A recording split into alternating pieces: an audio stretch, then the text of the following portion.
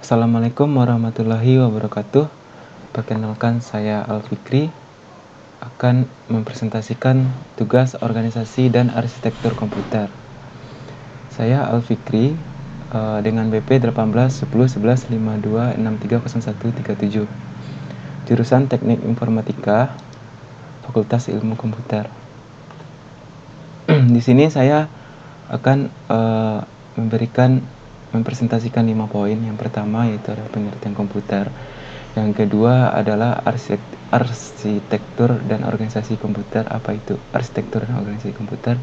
Yang ketiga yaitu prinsip dan cara kerja komputer. Yang keempat, struktur dan fungsi komputer. Yang kelima adalah evolusi komputer. Oke. Yang pertama adalah pengertian komputer. Kata komputer berasal dari bahasa Latin, yaitu computare, yang artinya menghitung. Dalam bahasa Inggris disebut compute. Definisi komputer, sekumpulan alat elektronik yang saling bekerja sama dapat menerima data atau disebut input, mengolah data atau disebut proses, dan memberikan informasi yang disebut output, serta terkoordinasi di bawah kontrol program yang tersimpan di memorinya. Semua komputer memiliki 4 fungsi. Yang pertama, pengolahan data yang disebut data processing. Yang kedua adalah penyimpanan data yang disebut data storage. Yang ketiga adalah pemindahan data yang disebut data movement. Yang keempat adalah kendali yang disebut control. Oke, selanjutnya adalah organisasi komputer.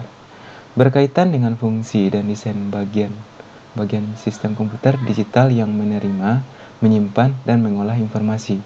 Contohnya adalah teknologi hardware, perangkat antarmuka, teknologi memori, sistem memori, dan sinyal-sinyal kontrol. Konsep perencanaan dan struktur pengoperasian dasar dari suatu sistem komputer disebut arsitektur komputer. Implementasi dari arsitektur komputer difokuskan terutama mengenai bagaimana CPU bekerja, bagaimana cara pengaksesan data dan alamat dari dan ke memori cache, RAM, ROM, hard disk. Contoh, set instruksi, aritmatika yang digunakan, teknik pengalamatan, mekanisme input dan output. Selanjutnya adalah organisasi dan arsitektur komputer. Arsitektur dan organisasi dapat berbeda. Arsitektur bertahan lama, organisasi menyesuaikan perkembangan teknologi. Semua Intel Family x86 memiliki arsitektur dasar yang sama. Family IBM System atau 370 memiliki arsitektur dasar yang sama. Yang ketiga, organisasi antar versi memiliki perbedaan. Fakta komputer tidak memahami gambar, teks dan video karena komputer hanya memahami format 1 dan 0 yang disebut binary language. Komputer akan mengkonversi gambar, video, dan teks dalam format 1 dan 0 untuk memahaminya. Selanjutnya adalah struktur dan fungsi komputer. Di sini dapat dilihat pada gambar. Di sini ada input device melalui input output port, ya seperti port USB atau port VGA dan port yang lainnya, ada juga port SD, port RAM gitu. Selanjutnya lalu akan dihantarkan ke memori. Kalau misalnya berupa data bus, dia akan melewati garis ini, melewati memori, lalu dihantarkan ke memori. Selanjutnya kalau misalnya address bus, itu akan dihantarkan lewat di sini, lalu dihantarkan kepada memori, lalu diproses oleh CPU atau disebut Central Processing Unit. Di sini akan diproses melalui antrian.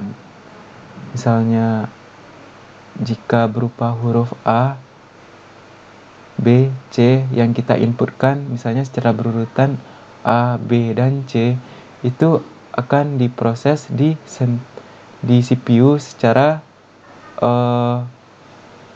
bisa disebut metodenya FCFS, first come first serve, dan metode yang lainnya yaitu yang disebut yang pertama datang itu yang akan diproses, lalu akan dihantarkan melalui input output tersebut dan ditampilkan oleh output device. Oke, selanjutnya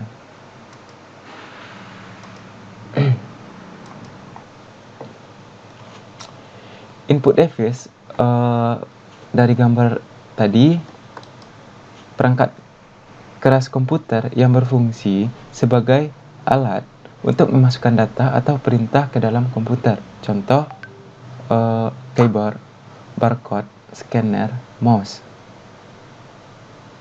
Input output port. Bagian ini digunakan untuk menerima ataupun mengirim data keluar sistem. Peralatan input dan output pada gambar tadi terhubung melalui port ini. Data bus, jalur penghubung alat pada komputer yang digunakan sebagai media dalam proses melewatkan suatu data, biasanya terdiri 8, 16, 32, dan 64. Selanjutnya adalah address bus. Digunakan untuk menandakan lokasi sumber ataupun tujuan transfer data. Selanjutnya control bus. Digunakan untuk mensinkronkan proses penerimaan dan pengiriman data. Dan output device digunakan sebagai piranti yang menampilkan output suatu sistem. Output biasanya bisa berupa suara atau soft copy seperti monitor atau hard copy seperti kertas. Cara kerja komputer. Yang pertama adalah seperti kita contohkan pada gambar ini adalah seperti input. Kita memberikan sebuah input, contohnya pada inputnya adalah sebuah keyboard. Misalnya kita memasukkan sebuah input, sebuah huruf A, akan di sini akan diproses dari input menuju memori, akan disimpan pada memori sementara, lalu dihantarkan ke dalam sebuah proses, yaitu yang pertama adalah CPU. CPU ini masih berupa kode yang diberikan sebuah input. Dia belum menentukan itu adalah teks, gambar, suara. Di CPU ini akan dihantarkan melalui ALU. Dia akan memproses apakah itu aritmatika atau tidak gitu. Lalu dihantarkan lagi ke CPU. Dia akan membaca dari kode yang dihantarkan dari input tadi, yang diproses melalui memori, yang disimpan oleh memori, lalu diproses oleh CPU melalui ALU, terus dibaca oleh CPU. Setelah diproses melalui ALU, CPU akan mengetahui ini adalah teks, gambar, atau suara. Lalu dihantarkan lagi ke memori, dan terakhir barulah dia akan memberikan output. Oke. Selanjutnya adalah evolusi komputer. Evolusi komputer yang pertama itu pada tahun 1941. Ciri-ciri penggunaan vacuum tube dan instruksi menggunakan bahasa mesin.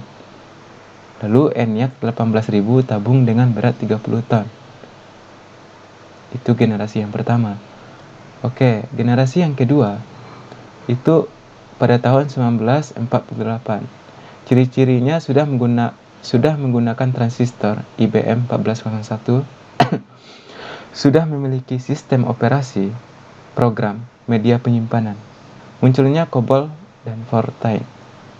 Selanjutnya generasi ketiga, yaitu tahun 1958. Ciri-ciri sudah menggunakan IC. Terus, kombinasi 3 komponen elektronik dalam sebuah piringan silikon kecil yang terbuat dari pasir kuarsa. Selanjutnya, munculnya chip semikonduktor, gabungan banyak IC dalam satu chip yang dapat diprogram sesuai kebutuhan. Generasi yang keempat, itu tahun 1980. Ciri-ciri Large Scale Integration, yang disingkat LSI, dapat memuat ratusan komponen dalam satu buah chip. Yang kedua, Very Large Scale Integration, yang disingkat VLSI, memuat ribuan komponen dalam sebuah chip. Selanjutnya yang ketiga, mikroprosesor, penggabungan seluruh komponen komputer. Yang keempat, munculnya personal komputer. Selanjutnya yang generasi kelima, generasi sekarang, ciri-cirinya sudah tidak berorientasi pada kecepatan atau ukuran fisik, namun lebih menonjolkan performance artificial intelligence. Yang kedua, pattern recognition bioinformatics. Oke, sekian dari presentasi saya. Saya ucapkan terima kasih atas perhatiannya, dan saya ucapkan alhamdulillah, dan saya akhiri. Assalamualaikum warahmatullahi wabarakatuh.